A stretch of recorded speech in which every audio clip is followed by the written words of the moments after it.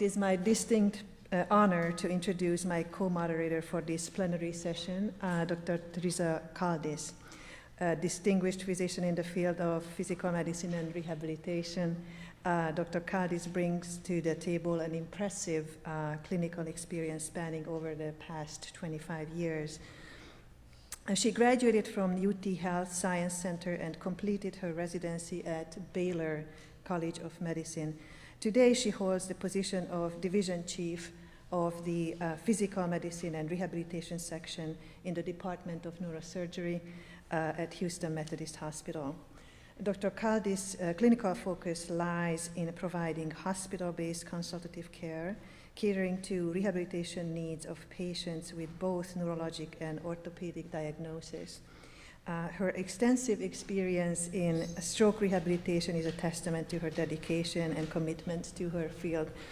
I invite you all to all extend a warm welcome to Dr. Caldis. And now it is my distinct pleasure to also introduce our next speaker, Dr. Mario Dulay. A native of San Diego and alumnus of San Diego State University, Dr. Dulay has built an impressive career in the field of neuropsychology. He currently serves as the director of the neuropsychology service at HMNI Neurosurgery. His academic journey took him from the University of Cincinnati for graduate school to an internship at Baylor College of Medicine and a postdoctoral fellowship at the Texas Institute of Rehabilitation and Research, all known as TIR, at Memorial Hermann Hospital. In addition to his clinical work, Dr. Dulay is an accomplished researcher and educator, holding positions as an assistant and adjunct professor at Weill Cornell Medicine and University of Houston, as well as Texas A&M University School of Medicine. His research, which employs neuropsychological, neurophysiological, neuroimaging, and sensory psychophysical methods, aims to deepen our understanding of brain disease and enhance neurorehabilitation methods, and he's much appreciated colleague. Please join me in welcoming Dr. Mario Dulay.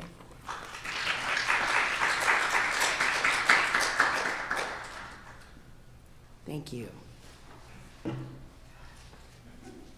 And so today I'm going to talk about post-stroke depression, anxiety, pseudobulbar affect, these different complications that occur after a stroke. These are my different affiliations.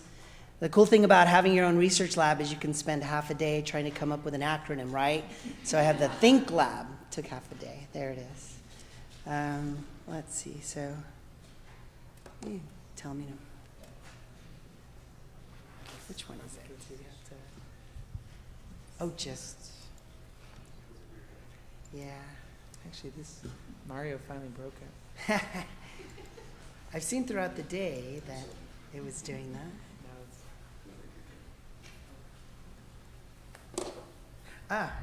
There you go. I usually just half a foot off the ground and you just drop it and then it starts working, right? So, all right. So, my research agendas nowadays are focusing on the more prevalent issues after a stroke, post-stroke depression, post-stroke anxiety disorders, post-stroke apathy, and then pseudobulbar affect, very common in a subset of individuals after stroke. What I'm not going to talk about are the many other behavioral issues that occur after stroke. There are many different kinds. Hallucinations, which rarely occur but can occur, confabulations, which are interesting.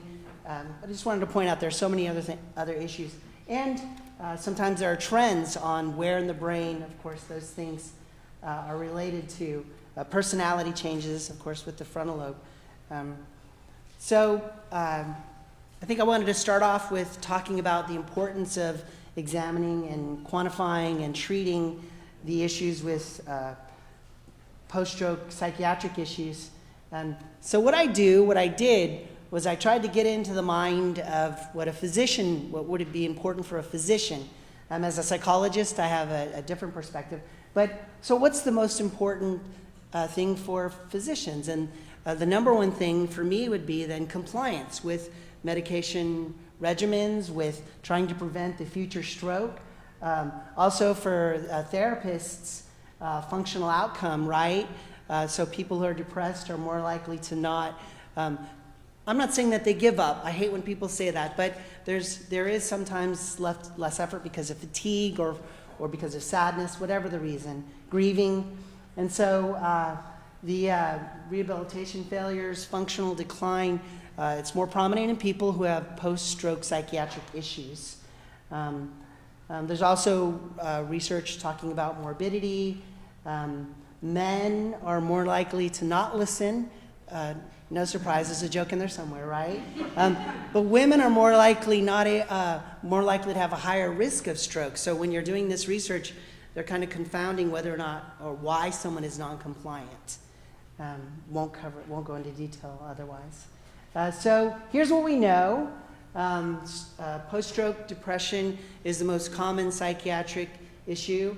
About 1 in 3, very consistent, 1 in 3 people have post-stroke depression. Interestingly, and I'm Filipino. I don't mean to be so personal, but I'm Filipino, so I often, and I have a book chapter talking on cultural sensitivity of evaluating depression in Filipino Americans. They would rather pray as Roman Catholics than take a medicine for depression. See it over and over again. What I was surprised to find out as I went on my journey is that the rate of post-stroke depression in Asia, in other places like Taiwan and China, are 1% to 2%. And I can't tell from the literature if that's the acknowledgement or if that's the actual rate. But it's incredible the difference, right? It's profound. And so as a reviewer, when I'm looking at these studies, I'm like, well, you only 1 in 100 people are being referred out for more comprehensive. It's such a small number, but I believe it. So, but it's something to be aware of as you're approaching people to try to help them with their psychiatric complications. And there are many different factors. In fact, many different reasons for post-stroke depression. My research agenda is in the last, say, 5 years have focused on these risk factors. We always divide them into environmental, there's genetic, there's and other biological. We're trying to figure out, tease apart what are the predictors, and then what are the malleable predictors. I think that's what's important. So.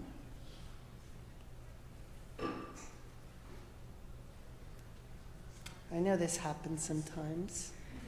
I've seen it throughout the day, so. I'll try it down here now.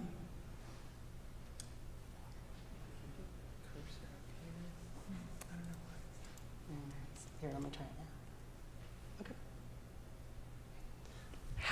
Half a foot off the ground, right? And then see. It works remember when we used to hit our computers and then it started working again? Right. All right, so cross-sectional studies have found left hemisphere. It's Robinson and Starkstein. In the 80s, they were doing a lot of research looking at what predicts post-stroke depression. Routinely, they found left hemisphere. In some of my research in epilepsy, in people with Parkinson's, where the symptoms start on one side, I also found the same thing where if your neurologic injury is on the left side, that you're more likely to have depression. And then they did these eloquent studies looking at the more anterior versus posterior the stroke was, the more likely that you would, so frontal pole, the more likely you would have post-stroke depression. And then the rest of these are more obvious. Physical disability will lead to issues, history of multiple strokes, and then I talked about female gender, older age. Also then for environmental factors, we have, if you've been treated for depression or anxiety before the stroke, sometimes it predicts that you're going to have a recurrence of that. So I often put those in my prediction models. Pseudobulbar affect, which is not depression but appears to be sadness, it can predict post-stroke depression in a small amount of people. And of course, cognitive impairment, if you're having trouble returning to work or returning to life, you're forgetful, you're more likely to be depressed. I saw some excellent epidemiologic conversations earlier this morning about rural versus the city, about stress, which is hard to quantify, but often it's cortisol levels or glucocorticoid specifically, right? But it equates to social factors, living alone at the time of the stroke, and then lower level of education, which is a mediator, moderator of pre-stroke cognitive reserve. And so many of my research agendas are looking at pre-stroke cognitive reserve. So this was a study we did a while back, 2017 or so. There's a graduate student who is interested in cognition and emotion. And so here along the x-axis is the percentage of patients with impaired cognitive performance. And then these are the particular cognitive tasks. In red are those with depression. In blue are those who are not depressed, based on very well validated measures, DSM in this case. I give DSM diagnoses for everyone, better than continuous measures where their sadness can be confounded with depression, with a clinical depression. And so this shows in several cognitive abilities, problem solving, working memory, which is a mental manipulation of information, that those who are depressed are more likely to have cognitive issues for various reasons versus those. And like I said, I validated this in other patient populations. It's very well known. I guess the important point is you treat the depression and does cognition get better? It does in some people, but the confounding factor is if you have a large left hemisphere stroke, right, Broca's area is damaged, you can help people not be sad all you want, and still there's going to be the severity of the biological issues. Many of these references are research I've done in the past 5 or 6 years now. I was interested in, so there's early depression. When you're in the hospital, just being sleep deprived sucks, right? And so you might be sadder. Sometimes there's late onset depression. And so in this longitudinal data that I'm collecting and have collected, we're looking at how things changed from before, from 6 months after stroke to 17 months after stroke. And the majority of people have no depression, or they're denying it. This is Texas. You know about? So they'll rub dirt in it before they'll take a medicine for depression, or at least, maybe they're not depressed also. I got to be careful. My wife's a Texan, so I don't want to pick on Texans. 25 were depressed. 25% were depressed at 2 time intervals. Depression remitted in a small percentage. And then here's what I was most interested in: who's getting depressed, in the long term. Often, and I'm picking on rural areas, often I'll see these people a year and a half after stroke, and they didn't get any rehabilitation. There was hardly any follow-up. They're ticking time bombs for stroke recurrence, and so there was no depression, no treatment, no evaluation, and then often a lot of these people they see a psychologist and they want to talk about psychology, and I'm trying to focus on the neuro part of it, and often then it's an opportunity, though, for them to get treated. So things change with time. Recent publication that looked at prediction of depression. So I have about 900 people now. I've been collecting data on cognition and emotion in people with stroke over the past 5 to 6 years. I had the fortune of getting referrals for a lot of people post-stroke. We started looking at, in larger samples, because many of these studies have smaller sample sizes. We looked at post-stroke depression 8 months after stroke and I put in all these variables. The guideline is I can look at one predictor per 15 people. That's what we usually get. So when I had 80 people, it was, such a small number of maybe 3 predictors. But when we put this in the analysis, post-stroke anxiety, not very helpful. When someone's anxious, they're depressed. Treatment before stroke. So people are 3 times more likely to have post-stroke depression if they're depressed before. It recurs. Fatigue, which is actually a variable in diagnosing depression, so that's not fair, right? But that's one thing. If someone's tired, they may be sad. Someone who's forgetful. And then age predicted it. I said older age before. It just depends on the severity of the disability usually when it comes to age. And then these were bumped out. It's tough because location of stroke, I have a lot of patients, and so we're not really able to do eloquent studies with the side, or we are with side of stroke, but not the location because the sample sizes are small. Although I'm very proud to say I have about 110 patients who've had cerebellar strokes, and so favorite part of my brain, we're looking at that kind of research. But these are in our research, and it fits with what others have found. These are predictors of post-stroke depression. Okay, so from our research now going over to anxiety, a lot of researchers haven't really looked at the types of anxiety. So this is from our sample, where about 1 in 5 patients will have a specific anxiety disorder. And here's what I mean by anxiety disorders. So we looked at, this is a subset, these are the patients who had anxiety disorders, the 1 in 5 patients.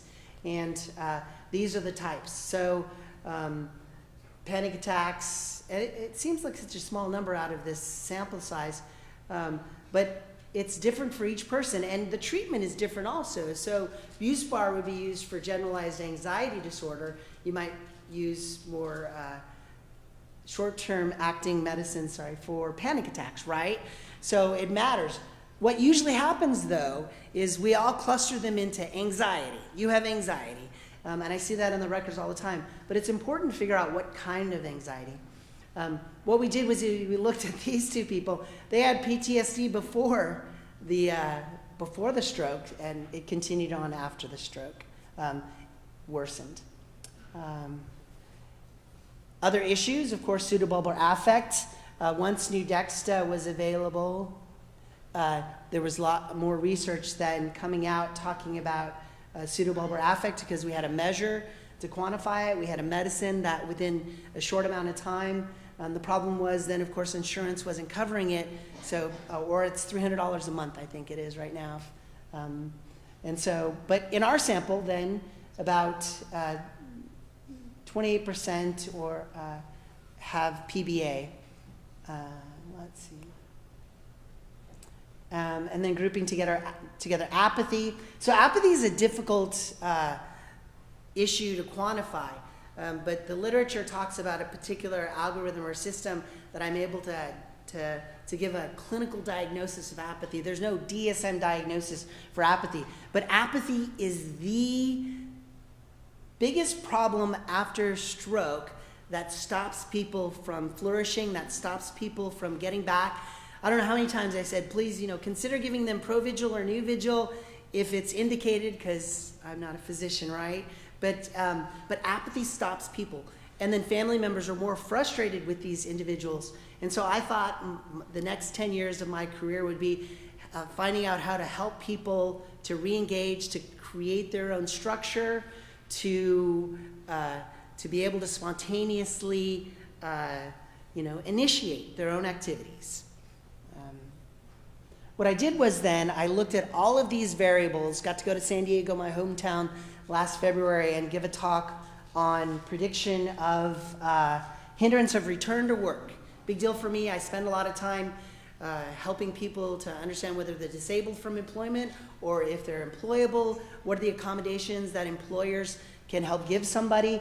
And so I put depression, I put anxiety in this model, and interestingly, the best predictors of not going back to work were apathy, which I talked about before, pseudobulbar affect, which is a surprise, but if someone has unmanaged pseudobulbar affect, they're literally crying in front of people at work if they've tried to return to work.